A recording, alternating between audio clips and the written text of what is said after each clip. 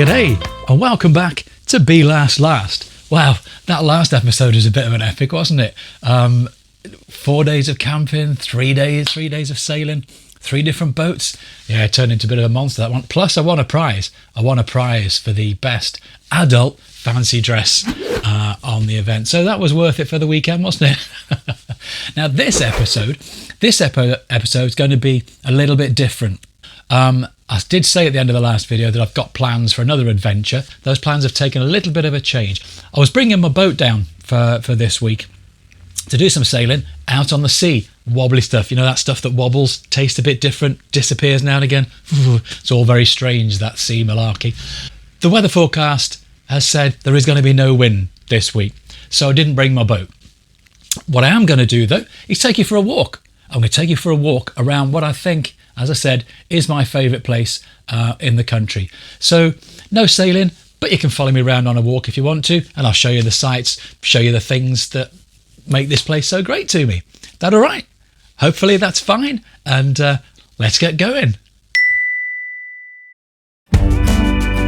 Okay, well, I said we're going somewhere. I'll show you where we are. This is one of my favourite places in the country. Here we go. Welcome to Portland.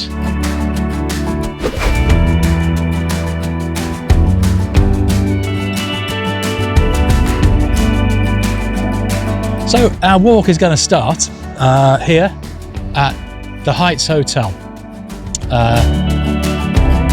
Great landmark on the island.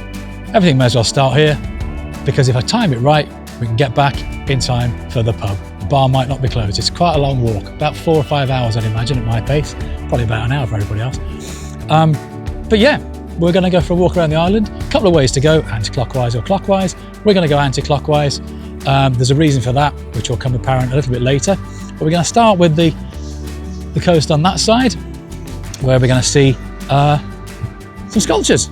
So join me, Be Less Last, on a walk around the island of Portland. Okay, so we've crossed the road from the Heights, and I know lots of my friends come down here for sailing and whatever, but not many people do this tour around the island. So that's why I'm coming here. We've crossed the road, and we're in this stone circle, and this is fairly recent. It's a fairly recent piece, but a few years ago I saw the guys actually engraving these stones with this piece here. Stand with your back to this stone and look out to sea. 307 miles southwest of here lies an underwater barrier of boulders protecting the ocean from destructive industrial fishing and other stuff on there. It's really good, worth looking at. But more importantly as well, you stand here, and we'll see out in a second, ocean, no land between here and South America. There is no land between here and South America. That's quite something, isn't it? So I've found the path, and it does bring you straight through the sculpture part. A little bit of sculpture that's there. That's not fossils, that's sculpture. But watch this. Look at this. In the middle of an old mine, an old Portland mine, you've got all these different little sculptures. There's a little there, and we've got a bear. There's a dinosaur's head here. Now that fearsome dragon's head. There, this is all minutes walk from the Heights Hotel. Really looks like a lady's body to me. There's no head on it. And here we are, the Roy dog. Now this is quite famous apparently. How about this? So the Roy dog is explained next to here, an old Portland tale which used to live, the Roy dog used to live at a cave hole in Portland Bill.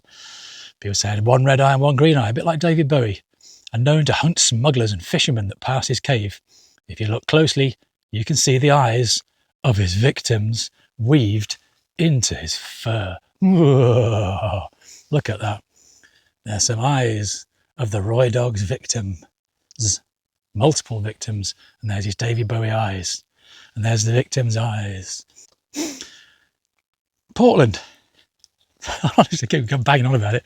So this is a sculpture park.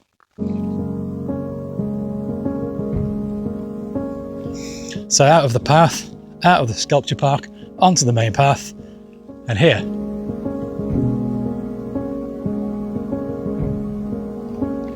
Here's what you get. And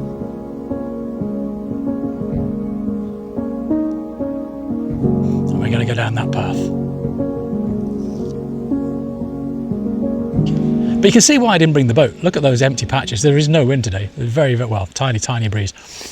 And then down here, off the cliffs, almost sheer cliffs. It's fantastic.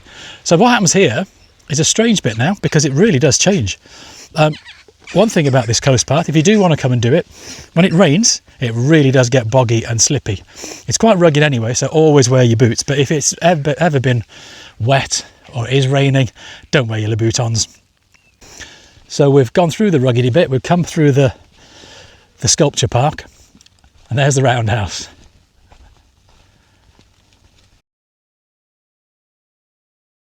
Okay, so we're getting towards the end of the bill now, end of the island, down towards Portland Bill, which is the other thing that Portland is famous for, isn't it? But we all know about Portland Bill, the big lighthouse. There's another one. I think this is the old lighthouse. I think it's called Upper Lighthouse. So we'll Google it again and find out. But that was an old lighthouse. But this building next to it on the right, not the house, but the one to the right of that, has always intrigued me. I thought it was some bird watching society thing. It's the National Coast Watch institution. They have these outposts all the way around the coast. So inside that building are a bunch of guys, and it's all volunteers, and they keep an eye out on the coast around this area, and they call out and liaise with coast guards, etc., to help anyone that needs it. Emma and I visited that outpost. We went in and we met the chaps. They're all very nice and very helpful. Fantastic in there, absolutely fantastic. So now we're going to carry on until we're going to see one of the most famous sites that most people will know, Portland 4. It's coming into my view now. I don't know if the camera's picking up so well, but it should be. And that's the lighthouse of Portland Bill.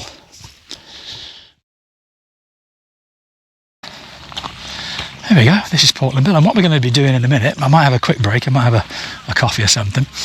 We're going to be going up the other side of the island, much more rugged, much more dramatic.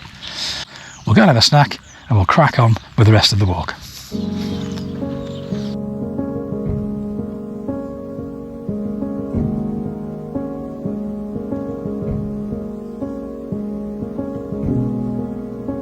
That's the lobster pot. Had a nice lunch there, had the classic crab sandwich. And right, so we're off. That was Portland Bill. So seen the lighthouse. And we're off. You see that crane? That's one of the old cranes from hundreds of years ago, where they used to bring the stone down to the ships. All that history is all the way along this part of the coast. So we'll crack on. And here, can you see this spike? See that spike there? Well, that's an anchoring point for one of those cranes that was down there. So that was an anchoring point there, so there would have been a crane out here as well. And you see that sort of thing all the way around this walk.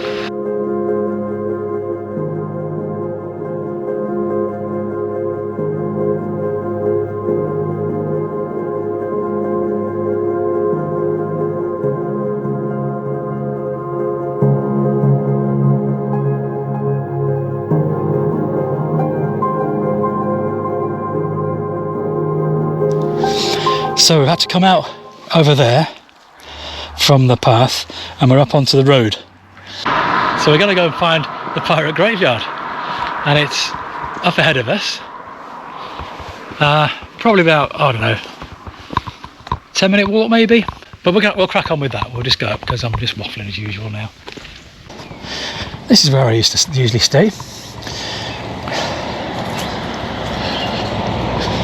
I usually stay Cove, used to call Cove Holiday Park. It's now known as the Front Rows. And here, along this wall, so that sign saying public footpath. Public footpath, there we go. Well, we're going to go into here. We're going into the public footpath. There's a board here that tells you the history of Penn Castle. It's quite interesting. And here we are. Here we are, into the pirates' graveyard. Look at this. Now, I don't know if you'll be able to make it out, but on the end of this one, can you see skull and crossbones? There you go. Skull and crossbones on the tomb in the pirate graveyard.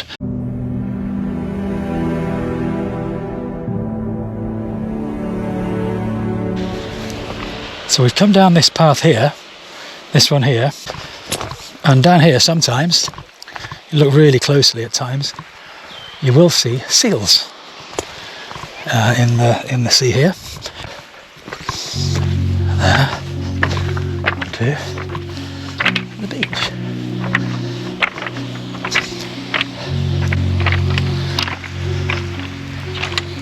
There we go. This is Church Oper Cove Beach.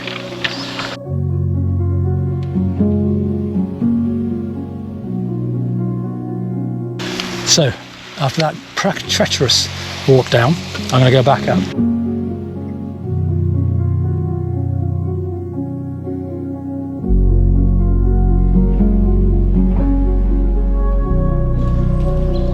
So we came up the steps and we turned right, and there's two choices. Back down there, you can go up the hill to a high route across the top, or we can go along this low route, which I haven't done for a couple of years because it was closed through because of landslides and stuff. It was closed for quite a long time, and I've not been able to do this one. Oh, there we are. There's people climbing. Amazing. Bloody hell. Well done. There we go. Bit of rock climbing. So we're going to be going along here, and we're going to be turning left. We're going to be climbing that hill. It's really steep. There's a prison at the top. I'm not sure how they take to having a skinny little hermit like me filming around a grade 1 prison. Okay, so I don't know, 15 minutes, 20 minutes maybe along that route, and we come to this point where we're going to have to turn left. We're taking this left into this woods entrance. Now it's really steep. It goes up that cliff, so I'm not going to have my camera on me. Here we go.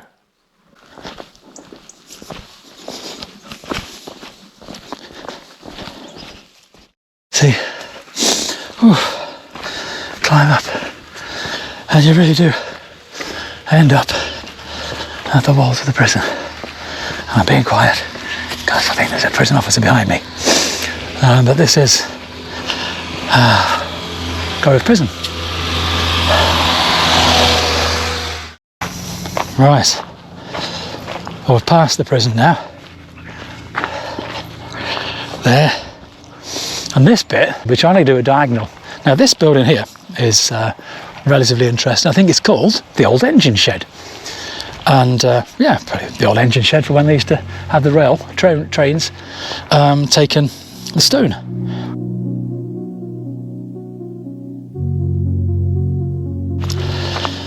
Right.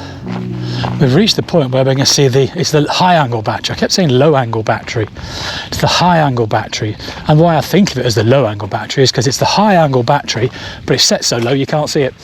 The last couple of years, whether it's the local council or volunteers or something, I've really cleaned it up, tidied it up and turned it into something of an attraction. And it's great for the kids because it's tunnels, secret lairs, you can run down to it. And it's an old gun emplacement used to defend the island. No, it's right next to us. You still can't see it, can you?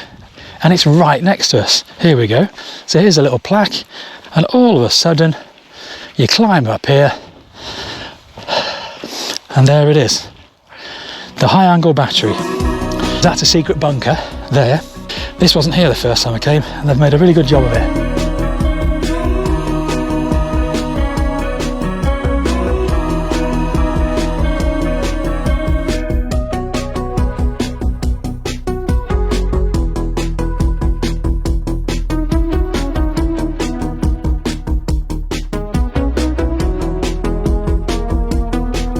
wallabies in here. There's one. You see through the fence? There's a couple of wallabies. I don't know if you can see them. But yeah, wallabies at Fancy's Farm. Now we've come down from the battery. We come down the road over there and we're coming down here. And you get to this portcullis. You see this building in front and this embankment. This is the prison. This is one of the prisons. This is the Verne. And there's a public footpath. You can get down the side of that. And that will take you down to Castletown eventually. Yeah, but what we're on the final leg now. We're walking along this road here. And that'll take us back to the Heights.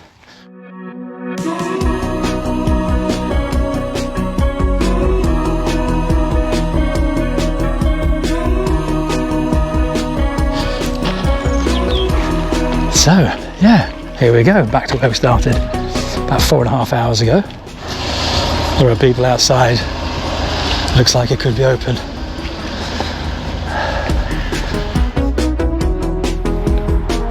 Were we in time? What do you think? Yay! We were in time.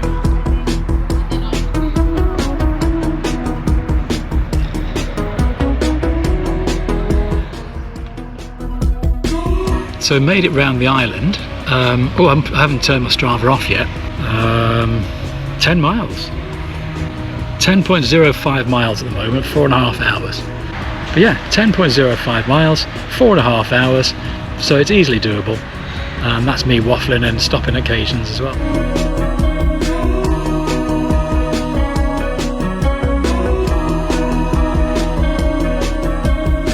I always enjoy that walk around Portland, even in really stormy weather. It's just a great few hours. It's different every time I do it.